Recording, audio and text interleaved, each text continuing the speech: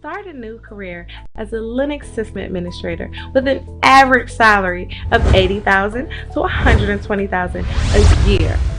Dynamic Tech Academy has transformed many lives for the better through our 6-month Linux program. We are so excited to announce that we are adding DevOps course and Red Hat certification at no charge, which will make students more competitive. Over 80% of our students have no prior IT background, yet vast majority of alumni land jobs in 3 to 6 months after they start applying. Our ultimate goal is to reach 100% student employment, so we work with every student until he or she gets a job.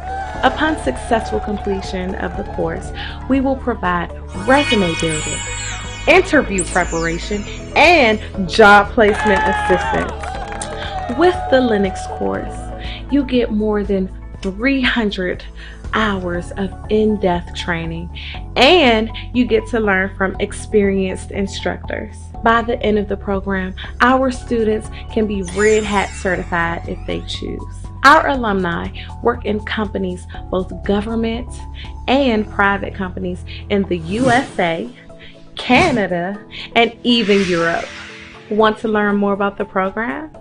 You can contact us at info@dynamicdmv.com, or you can call us at 240-604-9505, or you can call us at 240-423-7865.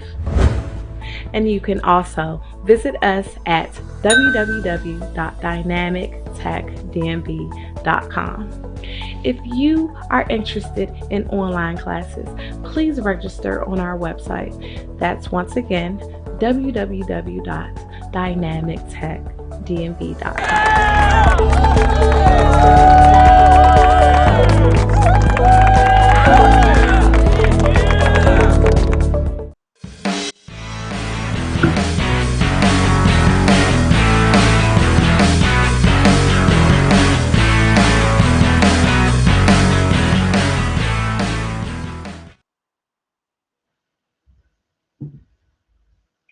Good evening, ladies and gentlemen. Good evening, fellow Amazonians.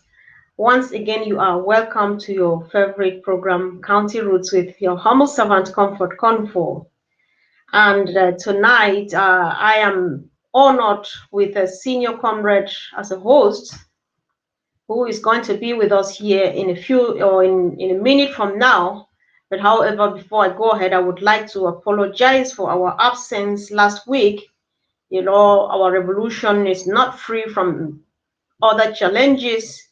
Yeah, for some technical reason, we could not be out there last weekend. We apologize for that, but we are always trying our possible best to make sure that we come here so that we can get connected again.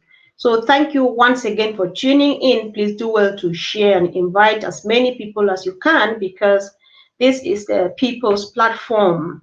So invite and share on the various platforms.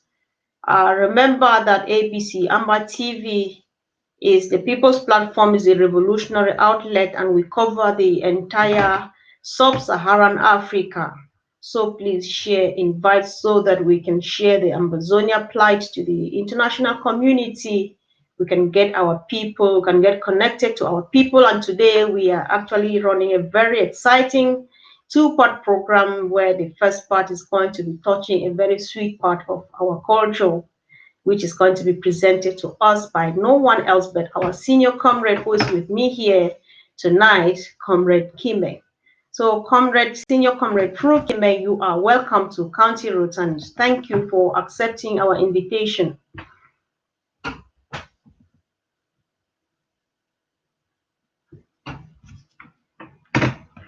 We can't hear. I think our senior comrade appears to be mute. So something needs to be done so that we can hear you.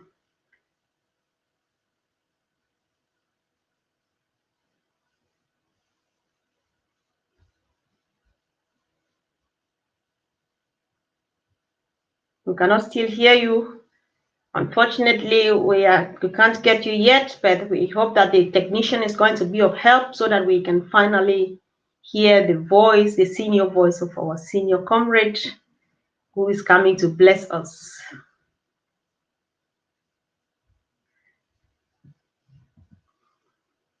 So please, while we are waiting to get it adjusted, so you can do well, please, to share and invite, share on the various platforms. Remember, this is the people's platform.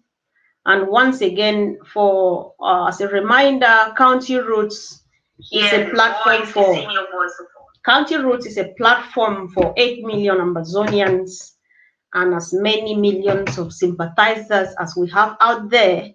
So if you think that you have anything to share with your county, with your local government area, with the village you come from, with Amazonians, then you just feel free to let us know, and then we create a slot for you to come here and share with us. We are happy to host everybody on this platform to get connected to our people, to share the Amazonia plight to the international community, as well as to educate ourselves, given that a revolution is something that it comes to us, it takes us unawares, and we have no choice but to learn on the job, to learn while doing, to learn by doing. So any form of information that is useful for this revolution is equally welcome on this platform. So thank you once again for tuning in, and please be patient with us. Comrade Fru Kimbeng is going to be right here with us, and please do well to share, invite, and let's get prepared to listen to the voice of a senior comrade of ours. I am personally so excited. So I hope you are as well. So, yeah, thank you. I will equally use even this opportunity to send out a word of greetings to fellow comrades out there. We use this opportunity to say hello to Comrade Big Brother of China, hoping that he is hearing me now. I say hello to General Gabonais of Fako County. Hello to Rambo of, I think, Balinyonga. Hello to all of the commanders and generals out there. Hello to all our IDPs, our refugees, our brothers and sisters who are suffering in the dungeons of La République du Cameroon. We greet you all, and we just want to say you should know that we are thinking about you all the time. We remember you. You are there wherever you are, going through all the tough times and all the things, all the inconveniences. That is just the right thing to do this time around. That is how much you are paying for freedom, because freedom is not free. So hang in there. You are our source of energy. You are the source of energy. You are the reason for which we can't sleep out here, because you are doing a lot to encourage us. So while we wait on our senior comrade, I will equally say thank you even to brothers and sisters of the diaspora, those who have been so faithful to this revolution, contributing financially, your time, and all the sacrifices. That God bless you. Hello, Tinamba. Hello, Tanyo Konfor. I greet you. Akwaya LGA, I greet you. Hello, Oliver Green, Man David, Asang Abram. Welcome you all to County Roots. Please share, invite someone while we wait for our senior comrade to finally be connected and be here with us.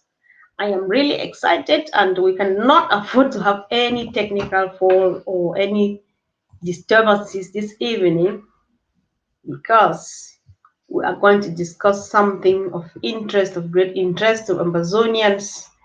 It's been a while we have not touched on our roots. We have not had a look at the culture of Amazonia, what we've got, because it has been so hectic with one problem to the other. But today I thought that we should have a look at this cultural aspect of our revolution. And why not? Please invite someone. Invite and share while we wait. I greet you all. Hello, Matt and Joe. Welcome to County Roots. Let me just see how many people. Hello, Asang Abram, Eleni Revel. Welcome to County Roots. I welcome you all. Remember to share, remember to invite someone, and remember to be patient as well. Freedom is not free. You pay with time, you pay with money, you pay with blood, and we are capable of paying all the prices until we get to Boya. So thank you once again for tuning in. And greetings from Commander Timeless. Hello. Yeah, it is long overdue for the people of Bui to block the road going to another county because of Gerald Gala. It does not represent everyone in that county. Yes, I can hear you, Oliver Green. I know, because I know exactly what you are talking about. It is painful, it hurts. We are paying a double price because our people are dying, either because they are being killed by La Republique or because they can't travel to go to the hospital because of the roadblocks. We just pray that our comrades from Bui County will finally reason to us and feel for our already stretched people and get something really done so quick about this road issue, this roadblock, because it has long overdue. And yeah, so thank you. Hello from Janet, you are welcome. Welcome to County Roads. Please remember to share before you finally take a seat. Welcome, welcome, welcome to County Roads. Yeah. So like we know before, we know that yeah, join your LGA, join your county and fund CID. Of course, that is the only way to go. Yeah, if we want freedom, you want to join for it, you want to pay for it. If you want your boys and girls out there to do a good job, you want to pay, you have to pay for it. And if you want to be sure that your money is being put to use, then you want to join your local government area, because that is the place where you will know exactly where you are putting the money into, and you will be able to question, you know exactly who to question, what did you do with this money, and all of those things. So please, it is going to be a good thing, a good idea. Join your local government area, fund the revolution, and get ourselves out of a mess. Hello, Samuel Wingo, welcome. You are watching from Brussels. Hi. Okay, thank you so much, comrade, for the encouragement. We can only do it as a team. Thank you too for whatever part you are taking in this revolution. No one individual can do this. It takes 8 million Amazonians to acquire independence for 8 million people. So we are all in it together. I just thank everyone who is doing everything possible on their part to see Amazonia come true. And we are rest assured Amazonia is only a matter of when and not a matter of if. Homeland is sure, homeland is certain. Hello, Achu Felix, you are welcome. People paid money, said Sako did what with the money? Okay, good question. Hello, Cantona, you are welcome. Welcome to County Roots. Hello, Don Yoxi Critic.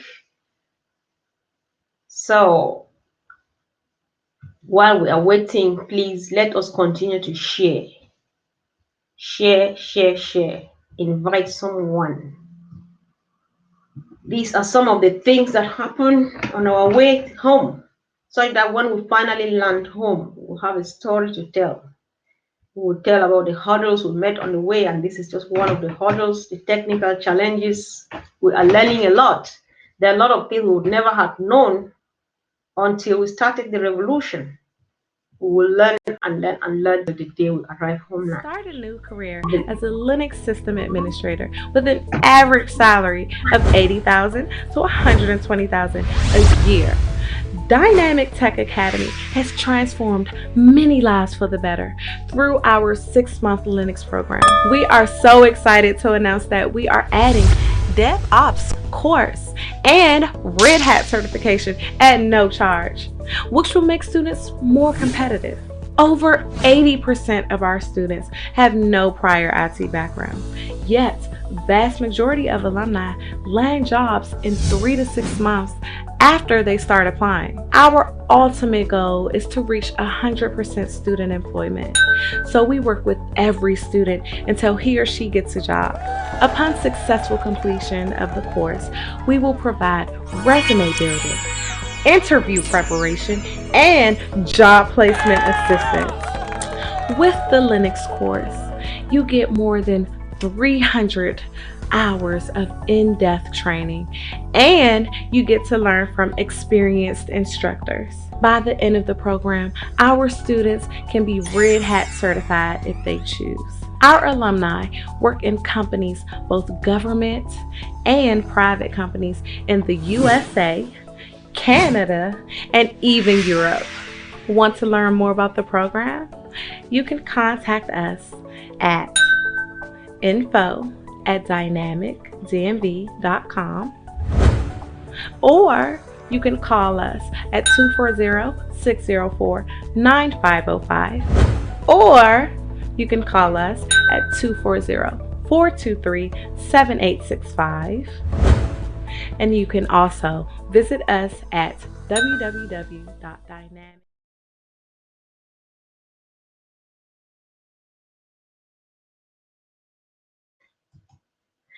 Dear televiewers, once again, you are welcome back from the short break.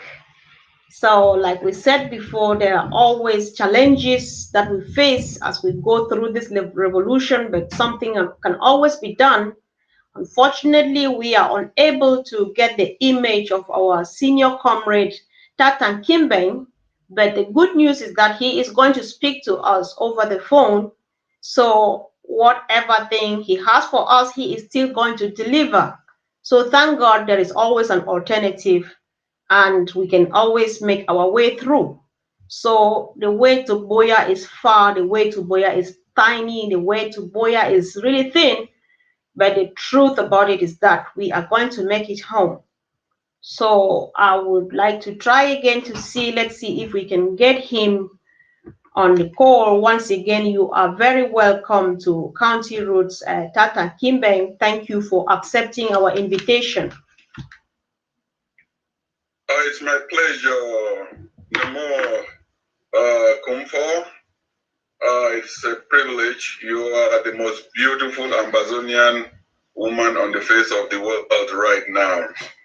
So I am so glad that I hope my voice bring comfort and peace to our brothers and sisters, those in the homeland. And if you could please permit me, may I just ask that we pay just a minute to honor those who have given the ultimate prize and those who are suffering, those who are in the forest under every conditions, to respect them and ask God to give them power.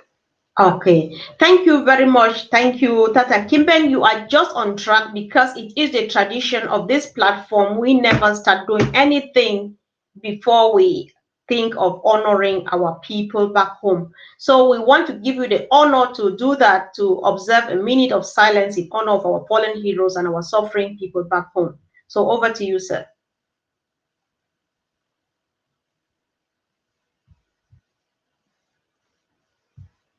Hello.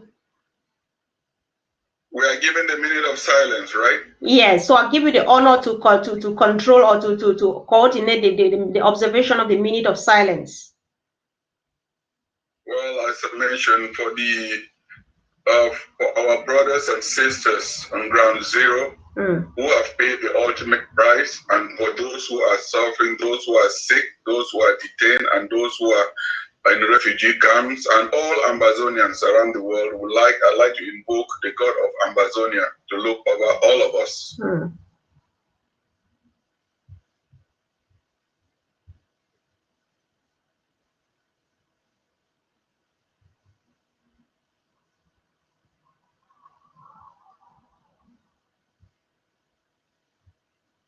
Thank you very much. No more comfort. Over to you. Okay, thank you, Tata Kimbeng. Once again, you are welcome to County Roads. Thank you for accepting our invitation. Fellow Amazonians and dear televiewers, please could you just let us know if you can hear Tata Kimbeng before we go ahead. I want to be sure that everybody is hearing him, since you can see him, but you will hear from my own end. His voice is passing through my own set. So please just indicate, let us know if you can hear him, so that we should not be talking to ourselves, two of us. So thank you once again for honoring us, our invitation. And I would like to give you this time, Tata Kimbeng, to send out a word of greetings to fellow Ambazonians and our dear televiewers, and why not use this opportunity to let them know who you are and your activities in this revolution. Thank you. Thank you very much, Namo Comfort. I am a humble servant of Ambazonia, and I came up from humble beginnings, and I quite remember it still echo in my ear the voice of His Royal Highness the Fon of Mancon. When I was growing up, he always said, "Son, your culture is your identity." And it is nothing so befitting that you have dedicated this program for us to pay homage to our culture and celebrate our identity. Well, a little bit of my son, I was born in Mancon. I grew up in Mancon.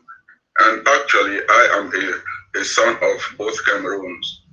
I grew up in Mancon, and I grew up in Jombe in East Cameroon, then Republic. So I have left, I am out of Cameroon, I am out of Ambazonia, out of Africa for many, many years, but Africa flows into my vein. So, anything else you want to know?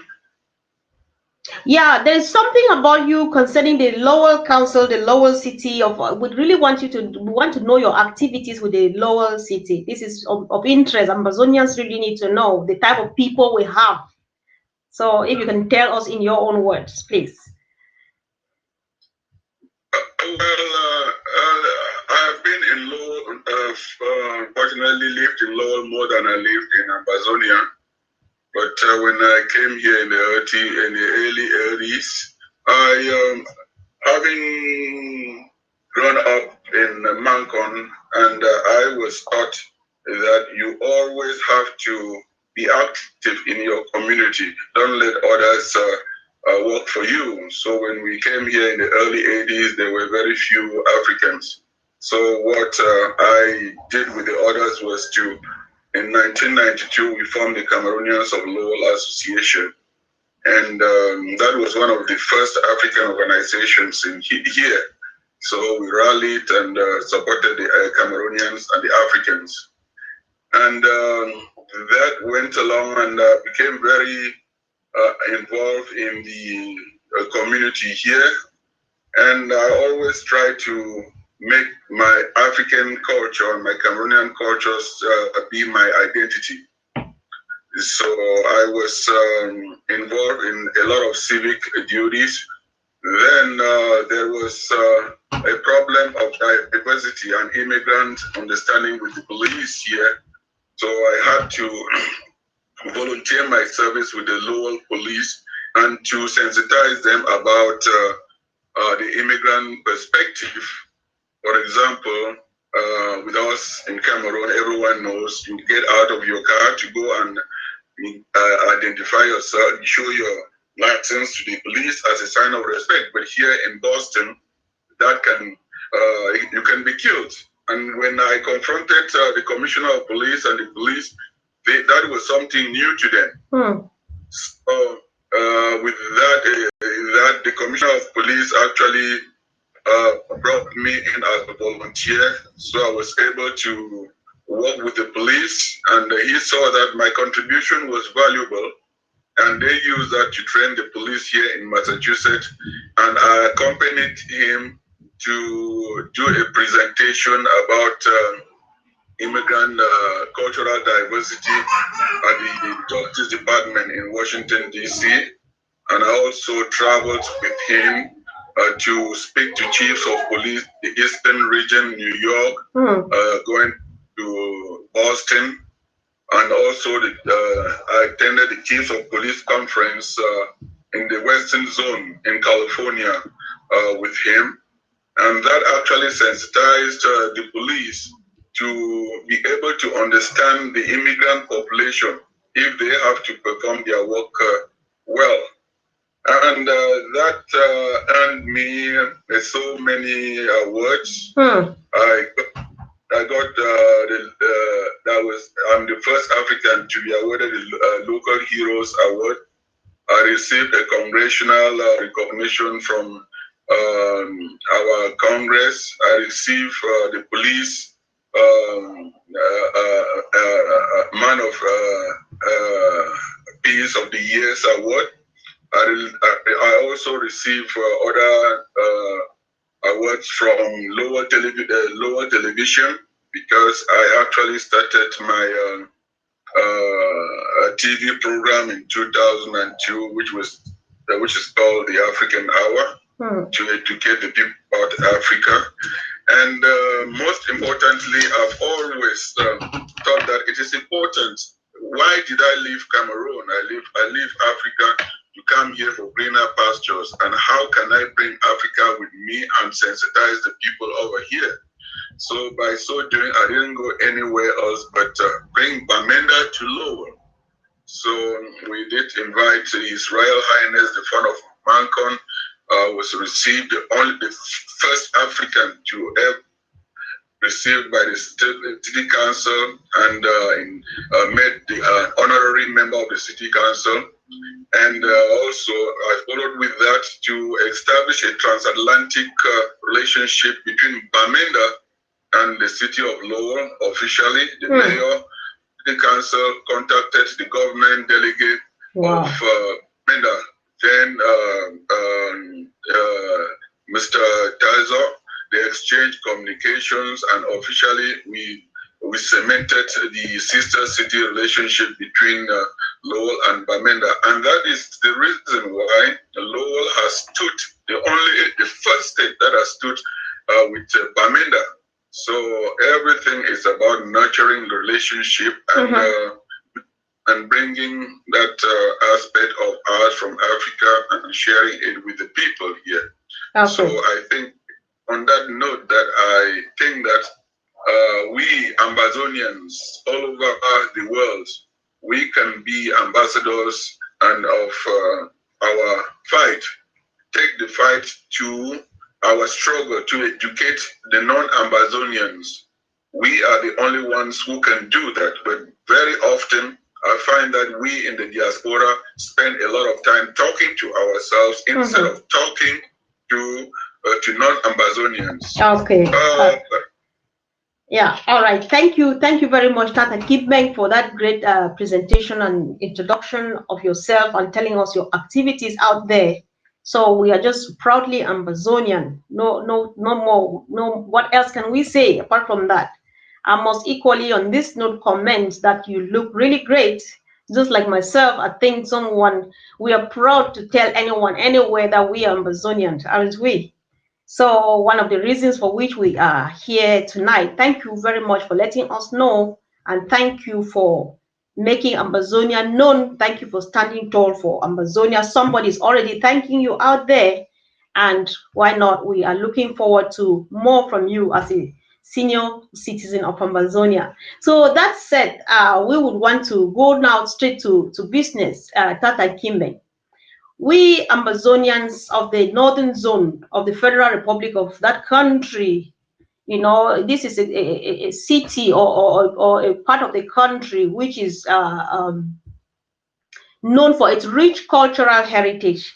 And one of the most outstanding things that spice the cultural diversity of this region is the traditional regalia, popularly known as the Bamenda dress, or what we call country clothes. And this rare species of a dress is embellished with various designs like the gong, you have the star, you have the moon, the calabash, and what have you.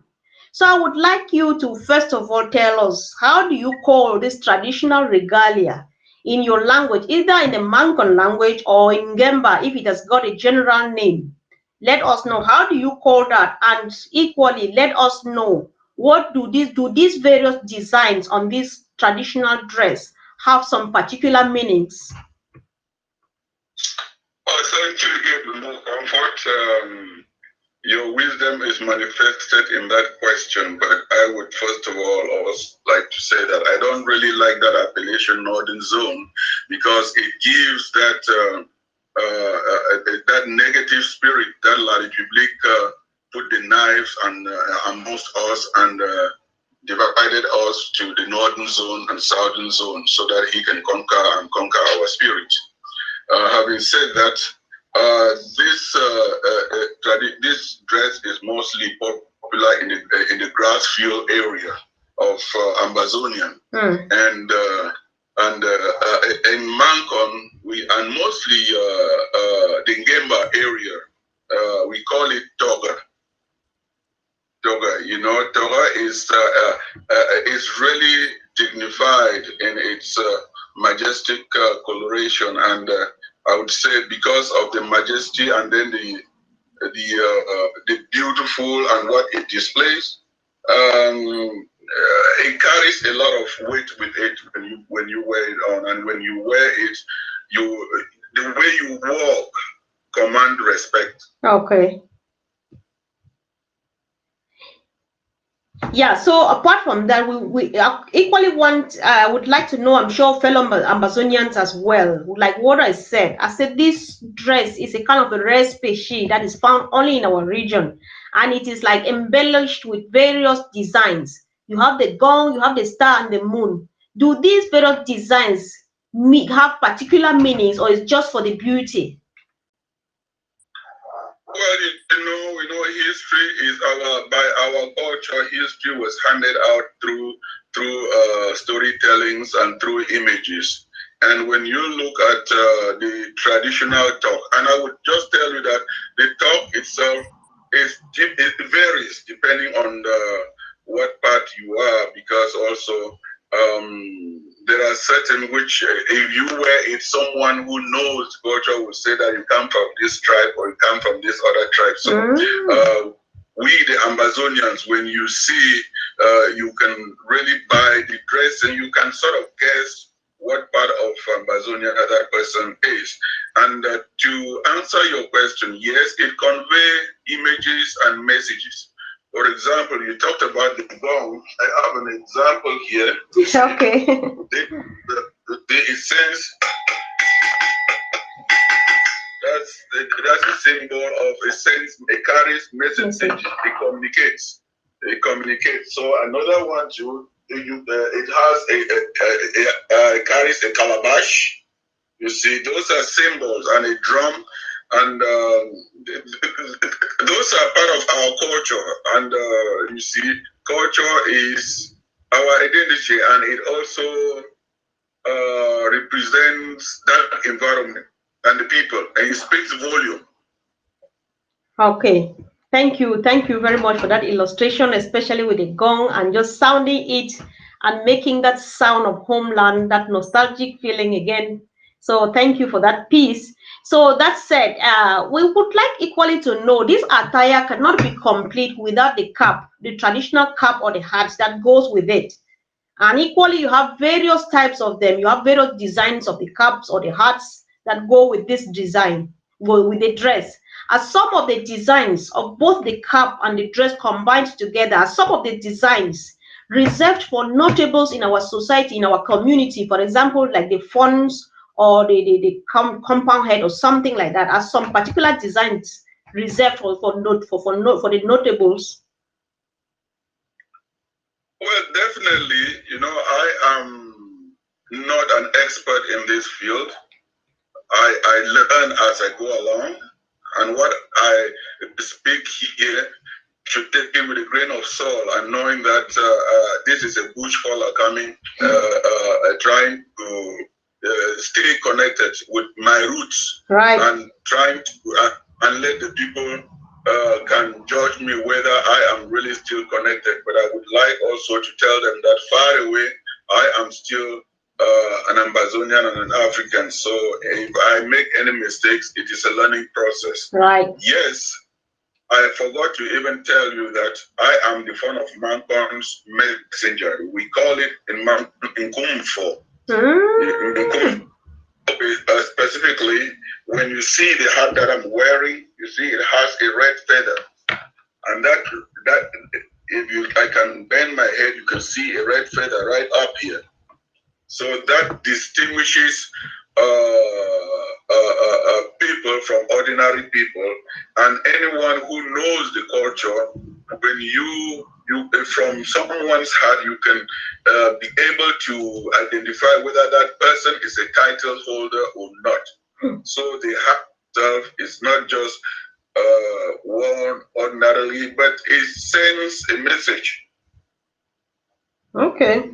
Thank you very much. Good to know, and equally good to know that you are in Konfor. Yeah, like you rightly said, proudly Ambazonian. I think every Ambazonian should be proud of you. He just said it. He is a bushfaller. He has been out here for as long as we can remember.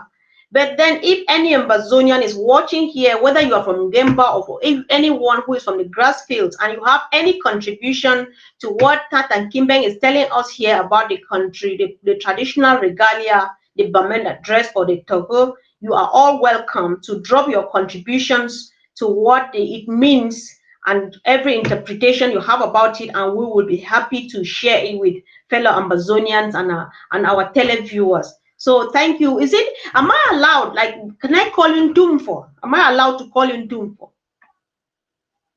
No, you can call me Tata Kimbang. That in itself. Okay. You know, Tata Kimbang carries more weight than even if I were a doctor. Okay. You know, it's more, it means that you are from clan. Tata is significant. You earn it through wisdom and through age. Okay, all right. Thank you for letting me know. That was just a digression, but I really wanted to know and to be sure, so that one day I don't just meet you on the street and call you names, things I'm not supposed to go, because I know that our culture is so preserved in such a way that there are certain areas that I know go to a particular generation, particular sex, and we really want to respect it as such. So thank you for letting me know, and why not, fellow Amazonians. So that said, yeah. So one of the things that is happening, though, that has been happening for the past couple of years, is that La République du Cameroon, for some reason, woke up one morning and realized the beauty, the rare beauty of this unique identity of ours, which they chose to carry it all over the place when they go out there for certain festivities, like the Commonwealth Games, or like how do they call it? You have the Commonwealth Games and things like that. I don't know why this word is running off my mind. The Olympics, the Olympics and so on. La République du Cameroon chose, at some point they realized it's just dawned to them that how beautiful this piece of unique piece of cloth was, and they are taking it all over the place. Now that we are where we are, what message do you have in clear terms on behalf of Amazonians to send out to La République regarding the use of our copyright, especially without our permission, and especially that we can never accept to share it with them? Beautiful question, wonderful question. In marketing, you pay to advertise yourself. But right now, I will call on Amazonians that La République is honoring us and giving us that due respect and telling the whole world that they don't have a culture. So with that, we should only celebrate. Because if my memory serves me very well, you will see that most of them in Ambazonian, we have always been the custodian of our culture. Mm-hmm. When I look back many years ago, you will see most of the politicians from Ambazonian, specifically the Venerable Dr. John Gu Foncha, he always wear the dogger. Premier Jua always wear dogger. That shows that, I mean, and that was a symbol of Ambazonia. If La Republique wear it, they are identifying that Ambazonia is the true African. You see, we don't wear suit and we don't brag. I mean, that is our identity. An Asian will be very, very proud to wear their traditional wear. And if La Republique could carry our emblem, our traditional regalia around the world, shouldn't we celebrate it? Okay. You can. I mean, you cannot. I am an ambassador. You cannot take that out of me. You can only want to become an Ambazonian if that makes you important. Right. So to me, I would not really take offense of it. I would just tell.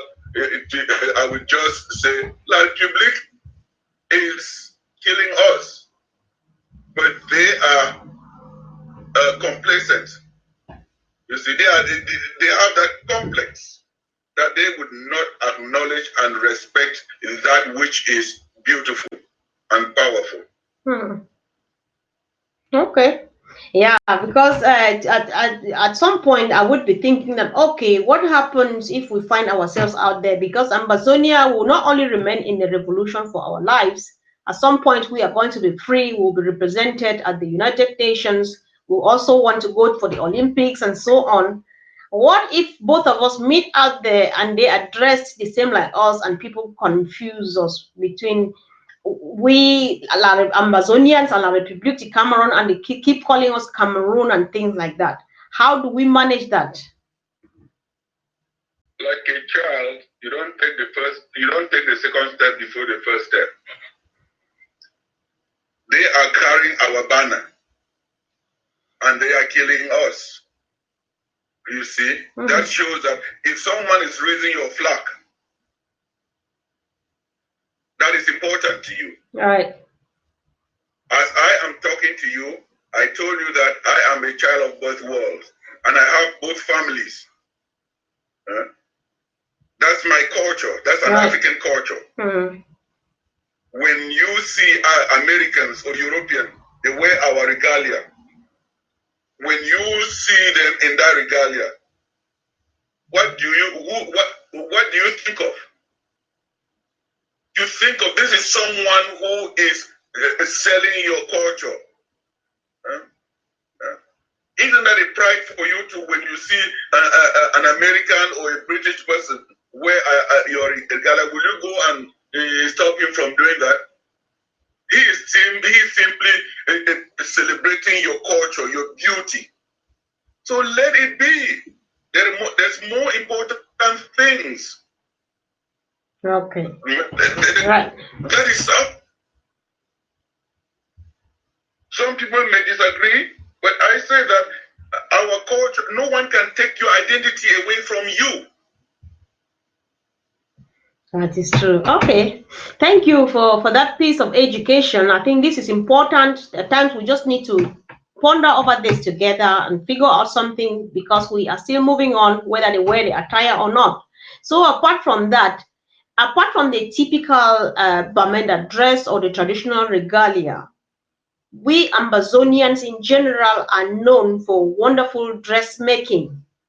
Like what you are wearing, like what I am wearing, like so much what we have out there. But it has not yet dawned to Ambazonians what they have. They don't seem to realize what they have. That is why most Ambazonians, if not all, we still think that formal dressing means you should wear the Western suit. So what education do you have for Ambazonians regarding the consumption of home products, for example, like home dressing and things like that? So what education do you have for fellow Ambazonians concerning that, given especially that we are in a revolution and we are in the course of changing our mentality and everything? Another brilliant question. And if you look at it like a business person, you would say that if you say La République should not wear our traditional regalia, then you are putting our people who are the ones who are manufacturing those clothes at a disadvantage. Let us think big. When once they put this regalia on International World Forum, they make a market for us. Yeah, Tata Kimbe, my next question was this. Apart from the traditional regalia, we are laying that to rest. Now we are going to the fact that we Amazonians, we don't only have the togo and so on, but there is Amazonians are good at dressmaking, like what you are wearing, like what I am wearing, and the other varieties. But to Amazonians, we still think that formal dressing means wearing the Western suits instead of dressing like this. If I would dress like this on occasion, we don't think that we are formally dressed, because we think that formal dressing is the Western suit. So now we are in a revolution, and we're in the process of changing, especially our mentality. What education do you have to give to Amazonians concerning the consumption of home products, including our own homemade clothes and things like that?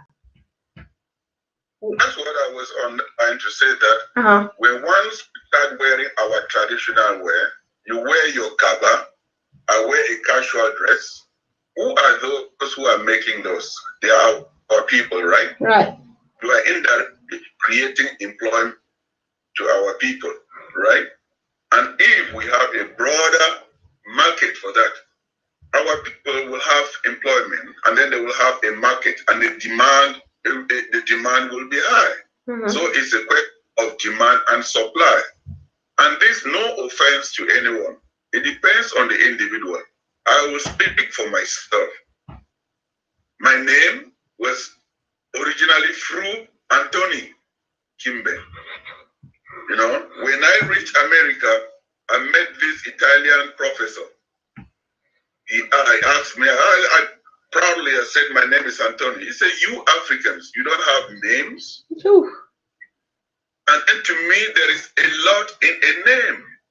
And from then, all my documents changed Fru Kimbe. Right. Fru being my name, being my father, Kimbe being the clan's name. That is my identity. So by so doing, you equally see on my show, as I mentioned to you, that I was traveling with the Commissioner of Police here in Boston, all over. I always dress like an Amazonian.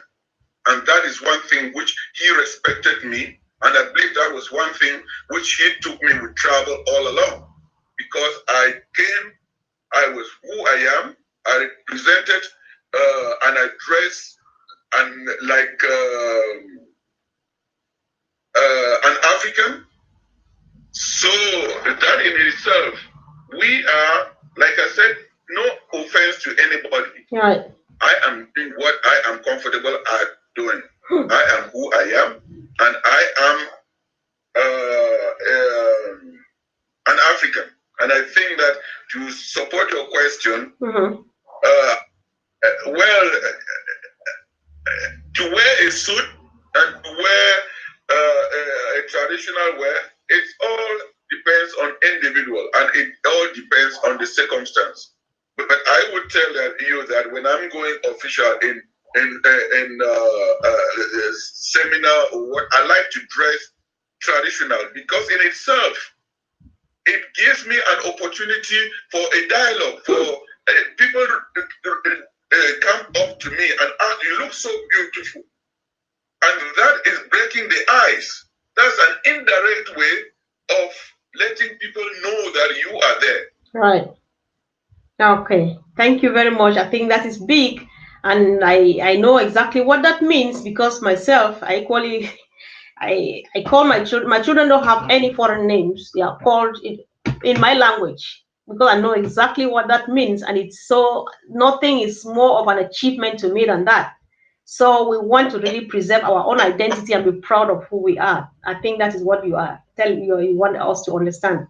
So thank you for that one.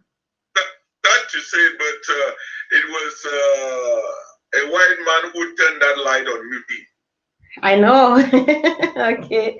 Yeah, thank God. Well, it is good that someone stepped on your toe and why not you realized yourself and went back to your roots. This is important. So thank you for being flexible and turning back to your roots, embracing it so tight. Why not? So that said, thank you once again, dear televiewers, for tuning in. We were just discussing about the rare species of a cultural attire known as a togo in the Ngemba land, or we call it in general terms the Bamenda dress. We were just looking at this piece of beauty of our cultural aspect, and we're discussing on that. And on this note, we are taking you now, Tata Kimbeng, to the second part of the show, which is the revolution itself. So I just wish to know, just I think the same like fellow Amazonians, I want to take us a couple of days back, about it's almost 2 weeks now. In President Sarko's speech, he made a statement that the interim government, I'm coming back to this because there have been controversies on it and things like that. And there are times we say one thing and the next minute we forget it because of lots of distraction and some of those things. So President Sarko said in his speech a couple of weeks or about 2 weeks ago that the interim government, together with the Amazonia coalition team, are ready to face a ceasefire requested by the United Nations Secretary General Antonio Guterres based on certain conditions. Can you once again explain to fellow Amazonians what this meant when they said they were ready for the ceasefire, and what are exactly these conditions that they want the United Nations and the rest of the international community to fulfill for us to be able to consider a ceasefire? Well, in the more comfort, as I will say, you put me on the spot. I don't speak for the interim government, but I think that what the decision that they make, they have been debated by the cabinet. I think they have a lot of wisdom, and I believe in their wisdom, and I trust in their wisdom. But I would also say that when once someone has control of your land and is killing your people, who should announce a ceasefire? Is it La République that has the weapon, or the oppressor? So the interim government, if I can say, I think they have weighed those conditions and saying that it is really futile for the Secretary General to call on us, those who are being killed, to lay our arm. And what happened? The very day that that went around, the La République, when the lights are turned off, the La République not kill innocent brothers and sisters in the village. Mm-hmm. So if the Secretary General were really out to maintain peace and for ceasefire, I would rather think that they would send the UN peacekeeping force in Amazonia, so that they can be the eyes and the ears of the world to monitor what La République is doing. Is it not more or less like asking the wolf to watch over asking the wolf and the fox to watch over the sheep? So it's, I mean, as we are speaking right now, we don't even know what is happening on ground zero.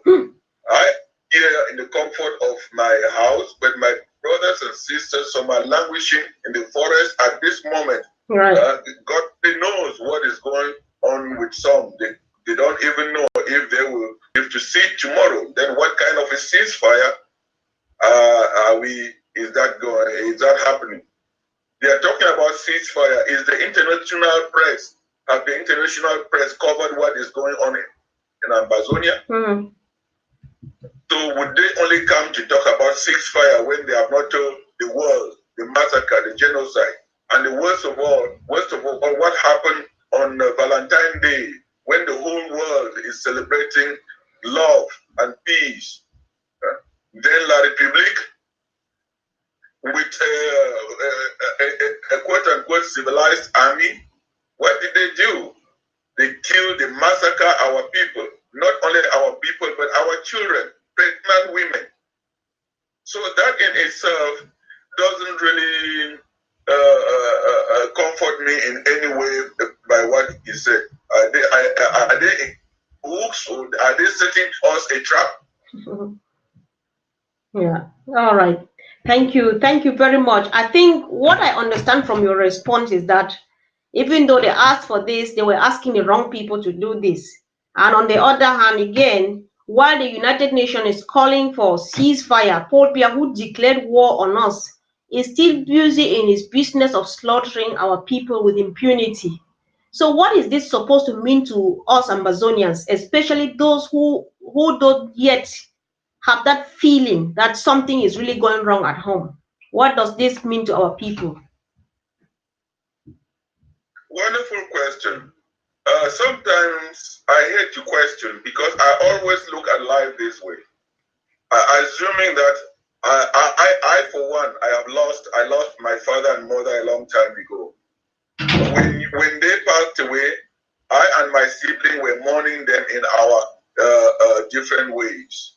One of my siblings or I will be screaming and crying aloud. The other sibling would just sit and not say anything. Does that mean that that one who doesn't say anything doesn't love the parents or mourn them? Who am I to judge? Who am I to tell the person who is not screaming and rolling and that he doesn't he's not mourning the they are doing it in their own way. So all I can call and ask all of us is that just like in the village, where I grew up, when someone's house is on fire, you see everyone will come. Those who come with small buckets, those who come with small calabashes, big buckets of water, they will extinguish it. So I call on Ambazonians, mostly particularly us out here in the diaspora. We should do more and add on what we are doing.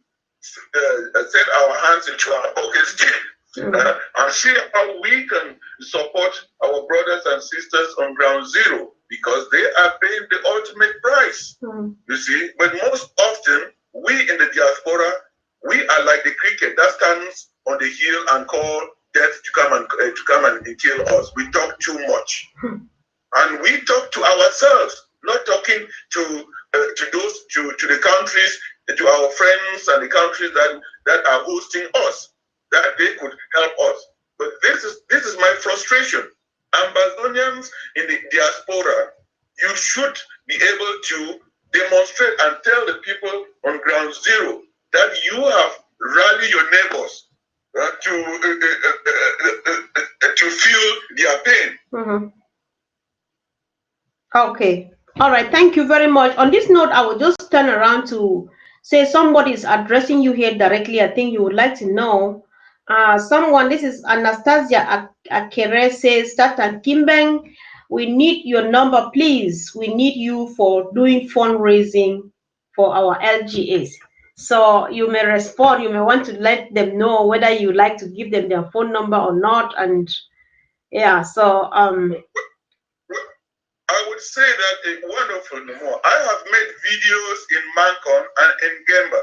All right. I have seen that calling on the sons and daughters of Amazonia, not to criticize anyone and not to blame some, because what happens is we spend time throwing stones at our brothers and sisters instead of throwing the stone at the enemy. You see, because when brothers and sisters fight, what happens? The enemy gets away with the jewel, the prize. Exactly. And that is what we in the diaspora are good at. Saying this person has done this person has done this. Anything that has been done cannot be undone. It can only work to improve it. It is a learning for us to move forward. But Ambazonians in the diaspora are stuck into the past and bring the past to actually stop them from looking forward and giving Tabia an opportunity while our people on ground zero are paying with their limbs, with their life.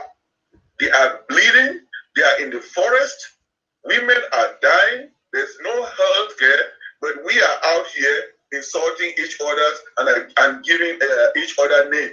I am just short of what I wonder what I can look, whether I can really look at my brothers and sisters on ground zero and tell them that I came out in America or in the diaspora to be fighting amongst ourselves. I would rather be talking to Americans to tell them that this is, my people are suffering. How can you help? And I have done that so well. When I organized a peace rally here in Lowell, it is the mayor of Lowell who holds the Amazonian flag. Okay, I think yes. I'm going to give you time in a minute. I will give you time to explain more on those activities, especially in Lowell, because these are the type of things that we really need to know. But before we go to that, let's lay that to rest for now. In the next minute, we are coming back to that again.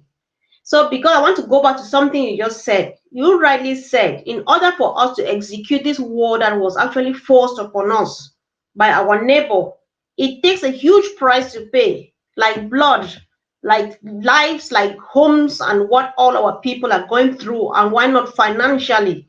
And so far, we realize, for example, that the LGA by LGA is a way of getting people to contribute to fund this revolution in the fastest and easiest way we can. So what form of encouragement do you have for fellow Amazonians, those who are already contributing and those who have not started to contribute yet? Because the honest truth is that we need to pay for it. Others, especially those at home and in Nigeria, are paying already very dearly. Others have started paying and others have not started yet. What message, what advice do you have for them now? Konfor, you're doing such a wonderful job. We Amazonians should speak of each other positively. We have to communicate and we have to educate, we have to sensitize. If we are on this show, if I'm giving you names and accusing you, no matter how human you are, you will be turned off. You see, but what I have realized is people, instead of explaining, humbling themselves, they like to use the microphone as an instrument to bully others. You see, this conversation that we are having, it's very, very important, and I really appreciate it. Thank you. I would remind everyone that the man with the microphone is as dangerous, more dangerous than the man with a gun, because you can sensitize and educate people, and also to do what they normally would not do by how you address them, you respect them. You see, everyone in this fight, what is affecting us in Amazonia is like the coronavirus that's affecting the whole world. There is no Amazonian who can escape that.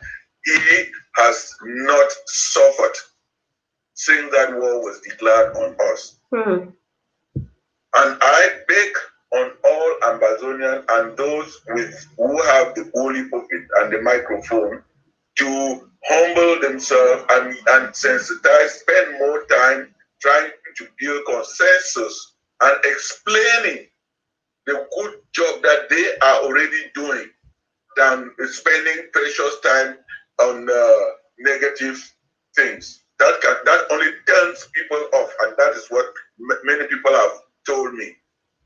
Right. No, that is true. I think you are very right, and I'm happy that this is coming from you, and hoping that you equally spoke to someone. Thank you for being there to encourage us and encouraging that we encourage one another, because we are already stretched enough.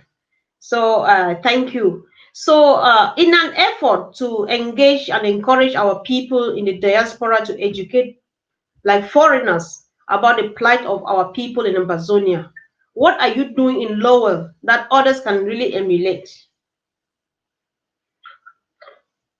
More comfort. We are doing a little things wherever we are. Where you are doing a lot too. And I would also encourage this media to be able to do what you are doing, not only focus on what I am doing, but any little thing that any Ambazonian is doing somewhere that can inspire people.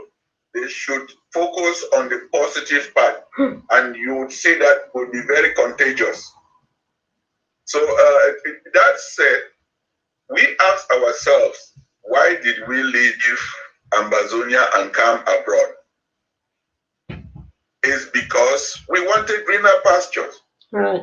And another question is, when you are in Ambazonia, when the white man, the Chinese, when they come there,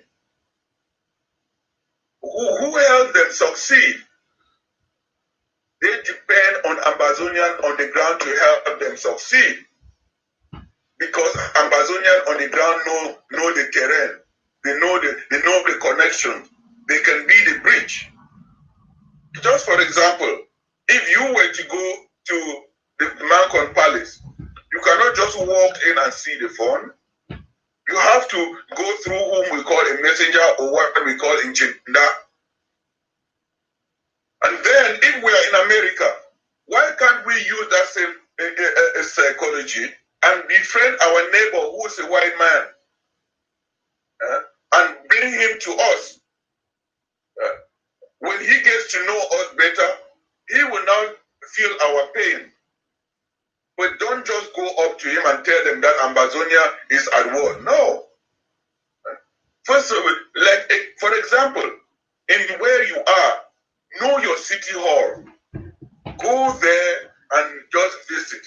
Someone is saying you, even though some people may think that that is time wasted, you are building your own network.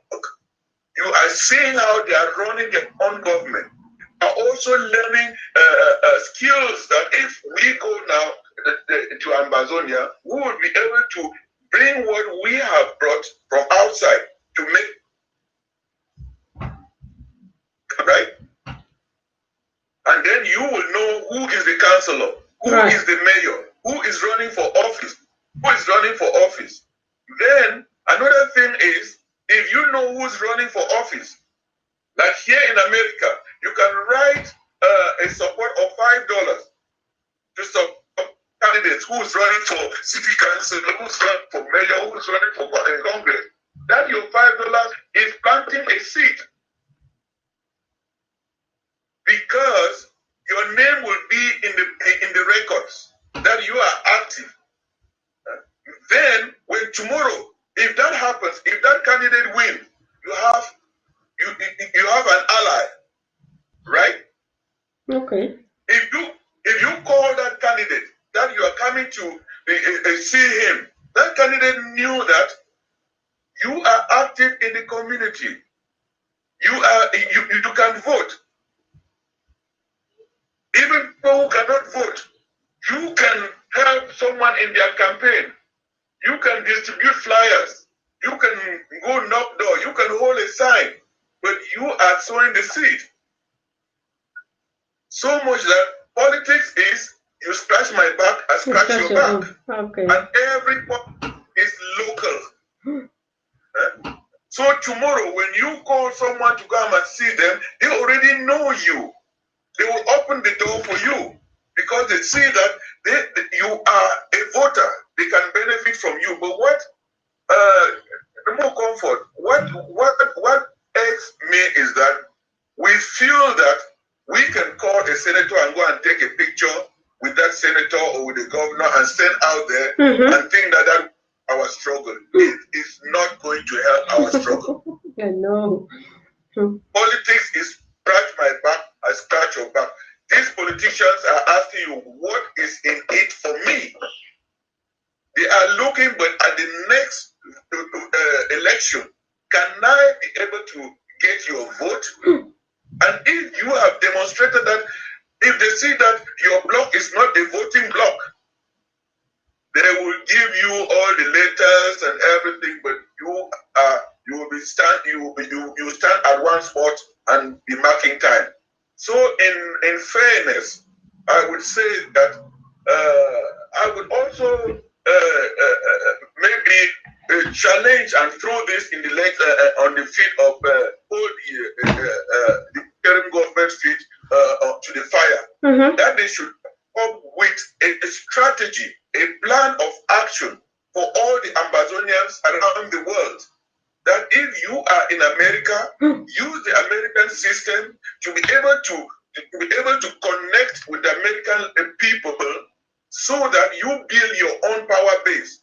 If you are in India, if you are in China, if you are in Latin America, even if you are in Africa, right, you should be able to do that. To your surprise, if you look one of my video, I made a presentation at the National Park here last month. They all was back full with Africans. I asked them, do they know what is going on in Amazonia? None of them said no. That was the first time they were hearing it. But I have equally attended Konfor. You would see, this is sad. I have attended conferences that Amazonians have organized. When I go to this conference, 95% or 99.9% are Amazonian. We organize these conferences in America, in England, in France, in wherever. But we talk to ourselves. And yet, we say the world doesn't listen to our cry. It is the patient that goes out looking for a doctor, not the doctor back to your house. Wow, thank you. I think if this question did not come up, we would almost have not learned something. This is so important because I'm just seeing myself even in it. Last year we had a cultural jamboree here, but all you saw all over the place was the Togo, was the Rapa, the Kaba, and so on, and the same skin color, just like you are saying. But we are learning every day. It's a learning process. I believe that every Amazonian sitting here wants to stand up now and start thinking differently. So thank you so much for this enlightenment. And I think these are the type of things that are actually helping to take our revolution to the next level. You have been regularly making reference to your videos, to your shows, and so on. I think there is this one thing about you that you have not yet told Amazonians. You told us so much about yourself at the beginning of the show, apart from the fact that you apparently are someone who has a lot to do sitting behind the camera like I'm doing here. So what kind of shows do you run? What kind of people do you talk to, and what do you discuss with them on your shows? Let us know. What is your platform? YouTube, Facebook, TV, or what? Let's know, please. More Comfort, thank you again. And let me go back to what I was saying. That when you do just what I explained, you are building security for yourself. Because when you are in the diaspora, in the neighborhood that you are, if you are involved in your church, if you volunteer in a non-profit organization, you volunteer, they are not paid for, people are looking at you. And who are those who work in non-profit organizations? Most of them are CEO, retired CEOs of companies or so. You see, you find to understand the society well because you are connected to people who have connections. You can through that, you can easily get a job. And God forbid, anything bad happens for you, the people will be able to stand up and defend you. So you, by doing what you are doing for Amazonia, going out there and build those networks, you are at the same time advertising yourself, equipping yourself with skills and building relationships. So it is a win-win situation. Instead of us Amazonians insulting each other, throwing stones at each other, once you've gone out there like that, you meet Amazonian great minds, discuss ideas. Not so great minds talk about other people. So coming back to your question, what was it, please? Yeah, I was just wondering because you have talked a lot about your shows, your videos, and so on. So, which sounds to me like you are someone behind a camera person, like myself here, I would say. So, what are the kind of shows that you run? Who are your type of audience, and what do you discuss with them? What is your What are your platforms? YouTube, TV, radio, or what? Well, very, very important to more comfort. One thing is, if you should develop the aspect of if you are a visionary, see something 2 years down the line and sow the seed now. Right. Yes. I started my video. I have almost around 300 videos out there. I started in 2000 before our struggle. I initiated the sister city relationship before our struggle. You see? So in lower, my show is the African Hour. When I started, there was nothing on TV about Africa. Okay, so what I did was I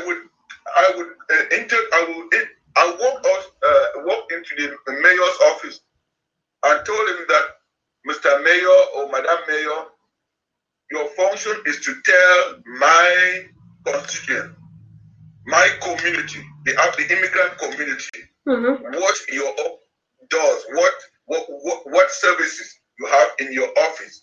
So my role is to interview you so that you speak to them.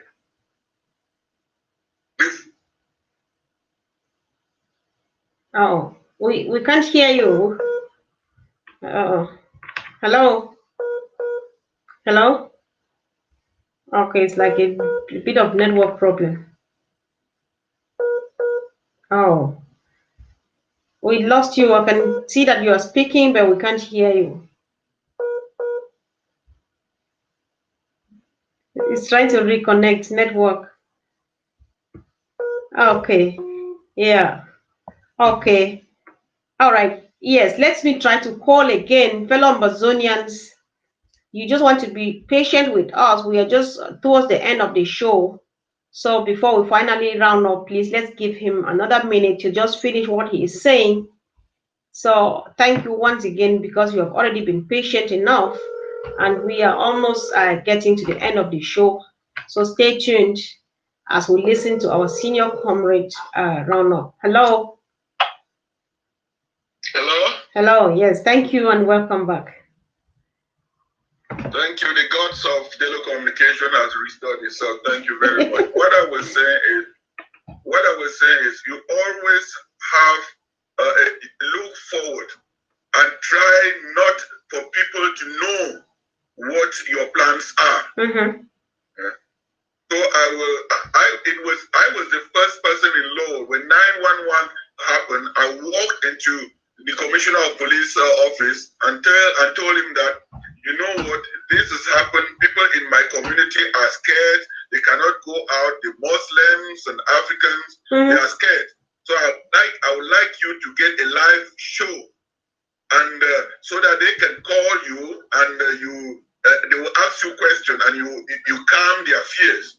The commissioner of police was very happy, and that was the first live show that happened in Lower, and people were very, very happy. So to get back to since 2000, I've interviewed the superintendent of schools, the chief of police, the mayor, and all these people. I make sure that I utilize that service to inform and educate, because we, as in this media, our function is to inform the public and not to bully the public. Exactly. You see, we should be able to use this media to inform, educate, and humble ourselves. Any person who holds the microphone and an Amazonian, you come on the air and use insulting language against another person, you are tarnishing our struggle. And the white people who support me here, they tell me that, and even some of the counselors, they say, through, when we listen to what your people write and say, I have worked so hard for my reputation. I cannot put my reputation on the line coming close to you as I did before. Mm-hmm. And I hope that the people who are out in the diaspora, in the comfort of this wonderful country in America, that people died so much for us to come here and take it for granted and use that as a platform to be insulting each other. We should learn from it that we are I would say, excuse my language, we are a disgrace to the struggle. If you go on the air and start insulting another person, you can be angry, but send a peaceful, they know us that we are peaceful people, and you can call that person behind and vent your anger. It will be between you and that person. Let's not be making a fool of ourselves in public and the whole world look at us as being premature. We were the first democracy in Africa, and we should lead by example. Right. I think, may I say that most this behavior is a behavior that anyone who was part of La Republique, that is what we inherited. Wow. Because our forefathers in southern Cameroon, former West Cameroon, British Cameroon, were very humble. When you look at Dr. Ende, you listen to even Honorable Shamofo, Pamuna, Foncha, these guys will disagree, but you never see them on the air insulting each other. What kind of a species are we? And this insult is coming to people that claim to have traveled around the world. They use that instead of the people on the ground, because of our culture, because of everything, they are more humble. We have a lot to learn from them. Mm-hmm. Just because they enter the plane and cross the ocean doesn't make us any better than them, that we can talk down on them.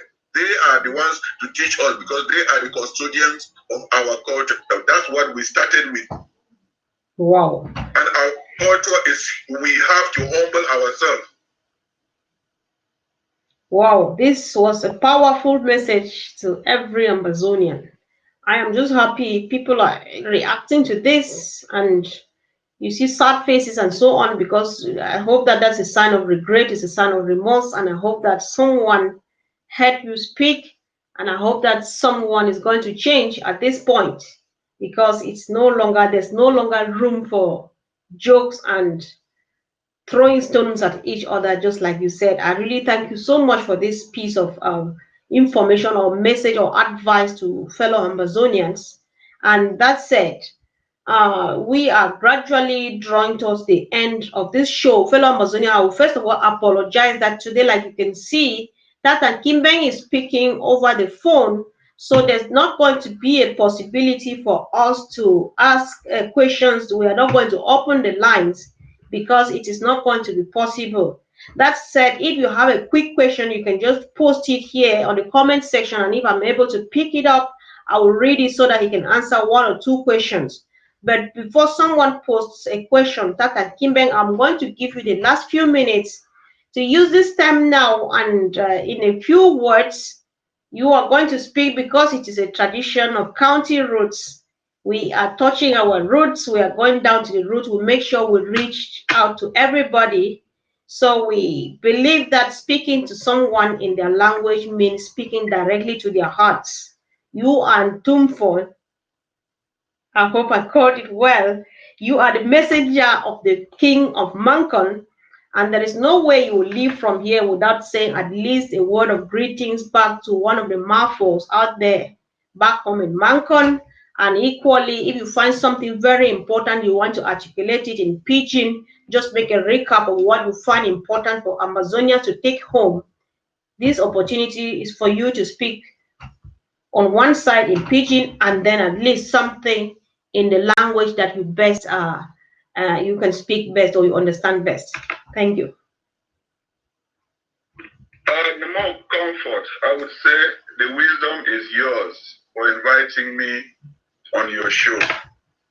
You've given me a platform to talk to our people, and I come across as a humble servant. Sure. I learn every day, and shows like you is for us to exchange ideas. And I would call on all Amazonians that it's only through conversation, communication that we can better understand each other. And having said that, Marangama Matate Ngemba, Manzong, Amazonia. And the more comfort, when I speak, all Bamenda here, Sure. we have a friend, Chomba, Songwa, the whole of Ngemba. I know Ngemba. I grew up in Bamenda, so I know Ngemba. Yeah. Okay. Yes. So in Ngemba, Manzong, Amazonia, I want to tell an name through in Kimber and Konfor.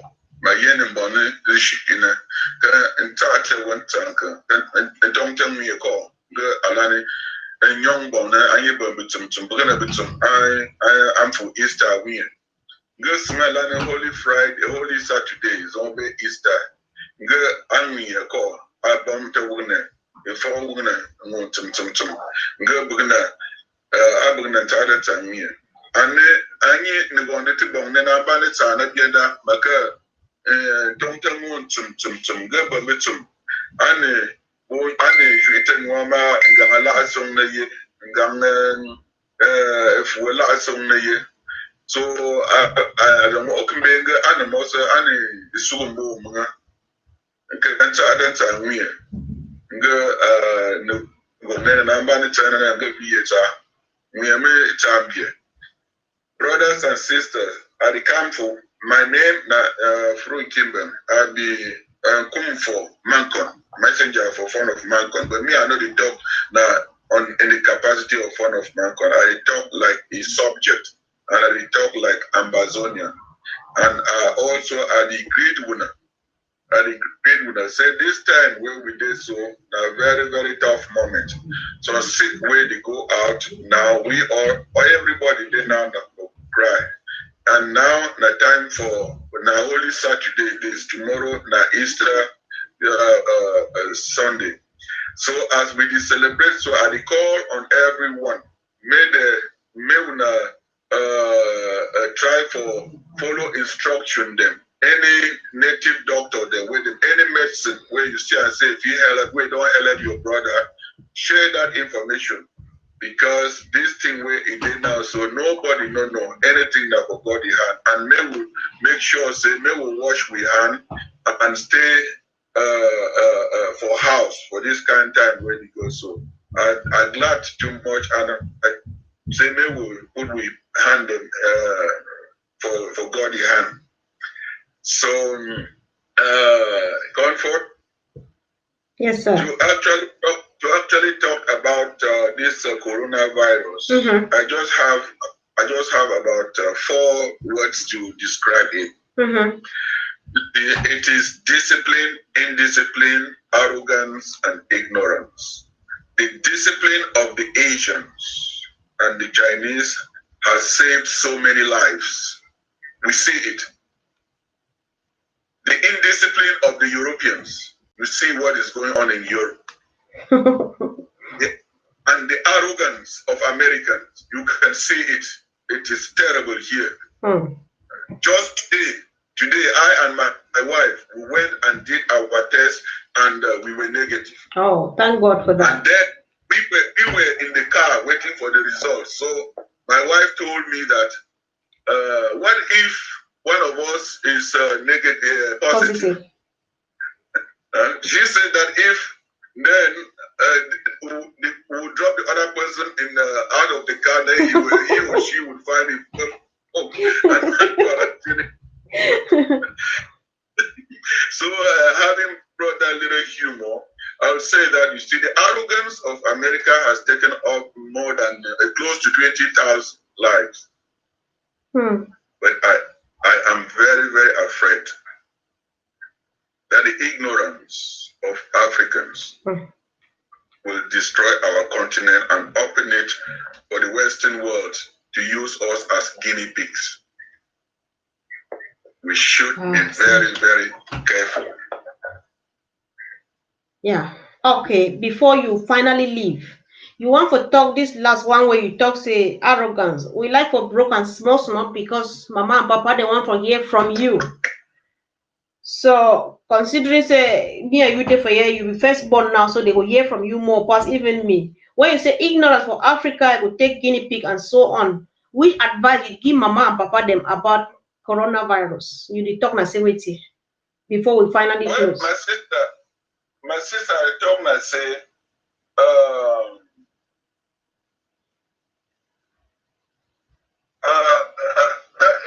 how did you talk? Say, first the way you humble yourself, like the Chinese and the Asians, they have their own people. But person where it show skin, say it not too much, like where they go for Europe. If you see how where people they die for them, a man where they show over Sabi, like we were there for America. So you see how people they die. And my own thing that say, we own people, my brothers and sisters on the ground. We always act like say we know, with the close with eyes, with the close with ears, and we know the list. And that one, that ye it will kill we. So we say, I say, anything we when I see them say white man bring up. May we not know, may we not take time over. Because any medicine we white man make up, some of them they can't go see na old papa inside bush for village. They go show you that grass. That grass that can then make a medicine. They will listen to we own papa doctor, native doctors, they feed one.